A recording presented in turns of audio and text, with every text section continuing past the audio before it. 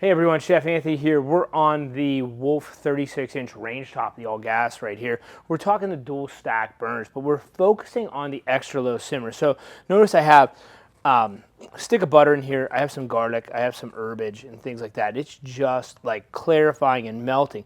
That's because we're putting it on that extra low setting. So these burners, all of them sit on dual stacks, which means when we turn this on and we get that high, that's our high powered BTU. We go to low, it's still sitting on that top burner, still using that top burner.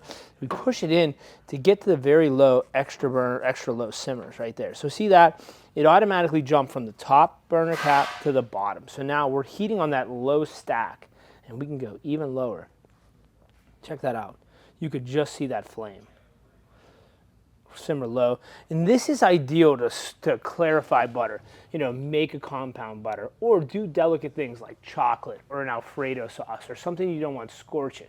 So really that's the benefit you get with these Wolf range tops, is you have the industry high, but you also have the industry low to carry over, like a tea kettle, chicken noodle soup, things like that won't scorch and really gives you correct cooking every time.